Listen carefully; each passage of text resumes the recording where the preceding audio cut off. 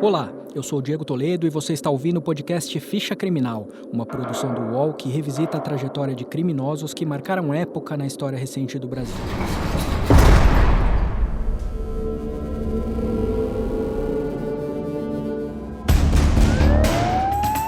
Foi condenado a mais de 100 anos de prisão na madrugada de hoje. Foi condenado a 20 anos e um mês de prisão e matou. A Corregedoria da Polícia Militar de São Paulo e a Polícia Civil abriram inquéritos para apurar a morte feminicídio de um homem que matou a namorada a golpes de canivete.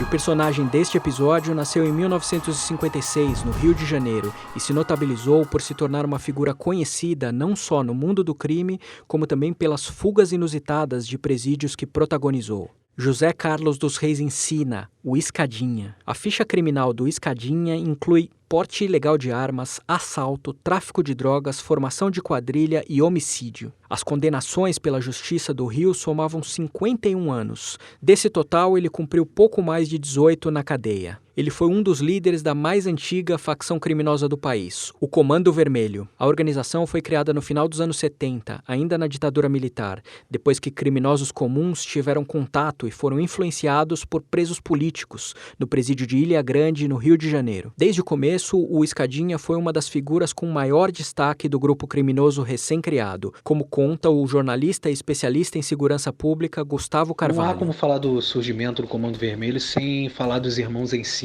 né? O Escadinha e o Paulo Maluco. Os dois tiveram participação fundamental tanto na criação quanto na transformação da facção em um dos principais grupos criminosos do Brasil. O Comando Vermelho, como se sabe, né, ele surgiu dentro do presídio de Ilha Grande na década de 70.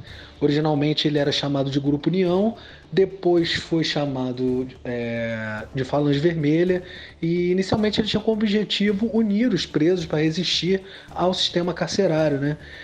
No primeiro momento, as principais atividades do grupo eram os roubos a bancos e sequestros, e naquela época já havia uma preocupação em destinar parte dos ganhos dos crimes aos integrantes da quadrilha que estavam encarcerados. Essa contribuição existe até hoje e é chamada de Caixinha do Comando Vermelho. O Escadinha foi preso pela primeira vez quando tinha 19 anos de idade. Na ocasião, ele subia o Morro da Piedade, no Rio, com uma arma na cintura. Foi liberado depois de pagar uma multa. Começava ali uma série de passagens de menor ou maior duração pelas cadeias do Rio de Janeiro. A primeira prisão por tráfico de drogas aconteceria 2 anos depois. Entre o final dos anos 70 e o início dos anos 80, ele foi denunciado por vários outros crimes, inclusive o assalto a um carro forte. E o apelido vem dessa época. Depois que ele tirava da cabeça a meia calça que usava para cometer assaltos, o cabelo do José Carlos parecia uma escadinha.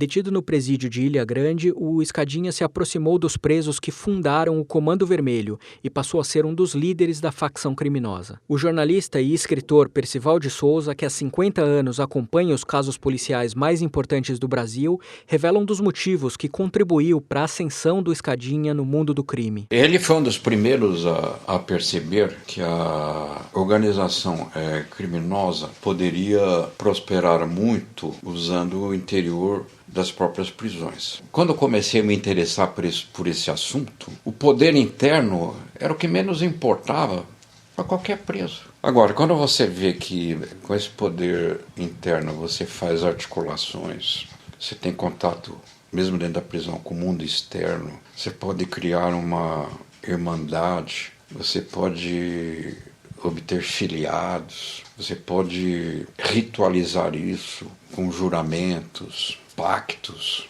você passa a compreender melhor as coisas. O quartel-general do Escadinha era o Morro do Juramento, na zona norte do Rio de Janeiro. Foi lá que ele criou a fama de ser uma espécie de Robin Hood. O chefe do morro separava uma pequena parte do que ganhava com o tráfico de drogas para ajudar os moradores mais pobres da favela. Com uma política assistencialista, criava uma dependência da comunidade e assim conquistava a simpatia da população local. O jornalista Yuri Eiras conversou com Ficha Criminal e aponta algumas diferenças entre o Escadinha e outros traficantes. A diferença do Escadinha para os outros traficantes da época dele talvez estivesse justamente nas fugas espetaculares, né? Que de uma forma ou de outra elas ficam no imaginário popular. E tem muita questão de ele surgir num período de abertura democrática, né, em que se discutia muita política nacional, enfim. E aí vem o Escadinha, o cara mais caçado pela polícia, com aquele perfil do traficante assistencialista, que paga remédio do bolso, que leva lazer para a favela dele. Assim ele se forja muito como líder popular, né? E o que diferenciava ele dos outros traficantes era justamente esse perfil de liderança. Ele era um traficante sindicalista, podemos dizer assim, né? Fazia greve de fome, liderava um motim, discutia a condição carcerária. Então, quanto mais ele falava sobre essas coisas pouco usuais para um traficante, mais aumentava sua popularidade. O Escadinha ficou famoso por suas fugas cinematográficas, mas nenhuma delas seria tão conhecida como a fuga do presídio de Ilha Grande, em 31 de dezembro de 1985, como mostra essa reportagem da TV Globo. A polícia do Rio ainda não tem pista do traficante de tóxicos José Carlos dos Reis Ensina, o Escadinha. Ele fugiu de helicóptero ontem à tarde do presídio da Ilha Grande. Um helicóptero invadiu o presídio e pousou na área onde ficam os alojamentos para visitantes. Eram 4 horas da tarde e a operação foi rápida. Escadinha e a mulher dele saíram correndo da casa e entraram no helicóptero, que partiu rapidamente, sem dar chance de ação aos policiais. Escadinha estava preso na Ilha Grande desde janeiro de 85, cumprindo parte da pena de 30 anos por tráfico de drogas e assalto a um carro forte. Há quase um ano na Ilha Grande, Escadinha ainda não tinha tentado escapar. O presídio é considerado um dos mais seguros do país. Hoje pastor evangélico, Aldido Dima Salles era integrante do Comando Vermelho e pilotou o helicóptero usado na fuga. Salles falou com Ficha Criminal sobre a ação criminosa que marcou a história do Escadinha. Pilotamos a aeronave para arrancar um preso. Primeiro foi um piloto contratado pelo comando, entendeu? E depois do piloto contratado, eu peguei o controle da aeronave. Antes da fuga ser realizada, eu fiquei de 4 a 5 meses tendo aula com piloto profissional. Agora, o que Escadinha falou para mim na época, cara, tem mais de 25 anos, quase 30, mais de 30 anos, né? 85, não lembro não. O Escadinha seria recapturado tempos depois. Ele tentou fugir de outro presídio, mas não conseguiu. Ficha Criminal volta já. Os podcasts do UOL estão disponíveis em todas as plataformas. Você pode ver a lista desses programas em uol.com.br/podcasts. Recebe salário, faz transferência, pagamento, recarga de celular e até empréstimo, tudo sem taxa. PagBank, a sua conta grátis do PagSeguro. Baixe já o app e abra sua conta em 3 minutos. Já no final da vida, ele se dizia arrependido dos crimes que cometeu. Nos anos 90, o traficante gravou uma mensagem para um CD com músicas compostas por ele próprio e gravadas por artistas de rap. Na mensagem que leu para a gravação, o Escadinha falava do impacto negativo da vida no crime e dizia ter se regenerado. Nesses longos anos sofridos de vida errada, tive várias experiências, todas de muito sofrimento, de sabores, desamor, traição, enfim. Tudo de negativo eu carreguei durante todos esses anos que vivi nessa vida marginal. Consegui enxergar a realidade da vida e deste mundo cruel e doloroso, no qual perdi os valores pessoais por tanto tempo. Quero alertar principalmente aos jovens, no sentido de procurarem sempre trazer a paz em seus corações, evitando radicalmente o uso das drogas, que é o início de tudo e que dificilmente tem saída. Tive essa experiência negativa e sei que é imensamente difícil parar e retornar a uma vida saudável. A família é o maior patrimônio que possuímos. É quem sofre todos os reflexos dentro do lugar, sempre com muita dor e angústia. Hoje estou totalmente recuperado. Tenho a paz de olhar para minha mulher, filhos e netos, com amor, carinho e a renovada esperança de um futuro radiante. Dei o meu grito de independência às drogas e ao crime.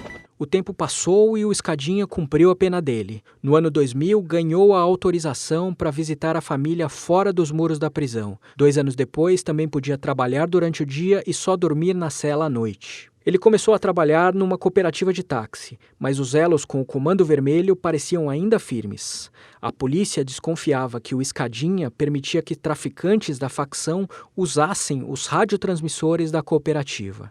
A trajetória de um dos precursores do crime organizado no Rio se aproximava do fim. Em 23 de setembro de 2004, o traficante mais famoso da primeira geração do Comando Vermelho se encontrou com o destino previsível para um homem do crime. O jornalista Yuri Eiras conta como foi. O Escadinha foi executado com 7 tiros na Avenida Brasil, eram 7 e pouca da manhã, horário de trânsito inclusive, né? Morreu ele e um colega de prisão. Ele já cumpria um tempo o regime semiaberto, então ele dormia no presídio de Bangu e ia trabalhar na cooperativa de táxi, né? E aí uma moto parou na frente do carro que ele dirigia e o executou.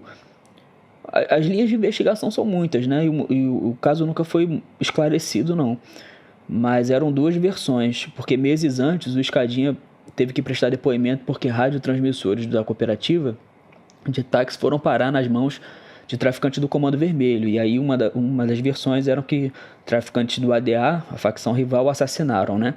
A outra versão da morte, que é até mais plausível para mim, pelo menos, é por desavença com o próprio presidente da cooperativa, porque o Escadinha ia concorrer à eleição para presidente e a eleição ia acontecer no dia seguinte à morte dele, né? E o que ficou do Escadinha? Figura popular, apesar de tantos crimes, ele foi homenageado na música Meu Bom Juiz, interpretada por Bezerra da Silva. Ah, meu bom juiz, não bata este martelo nem dê a sentença. Antes de ouvir o que o meu samba diz, pois este homem não é tão ruim quanto se ofensa. Até hoje, muita gente também acredita que 2 versos de uma música do Jorge Benjor remetem ao traficante. Tira essa escada daí, essa escada vai ficar aqui fora. A escada seria uma referência à Escadinha. Jorge Benjor sempre negou essa associação, mas a lenda permaneceu. Em 48 anos de vida, o Escadinha teve uma história de folclore e muitos crimes. O surgimento do Comando Vermelho, a arrojada fuga do presídio de Ilha Grande e a transformação do narcotráfico em instrumento de controle sobre os morros do Rio marcaram a biografia de José Carlos dos Reis Encina e fizeram do Escadinha um nome gravado na história de crimes do Brasil.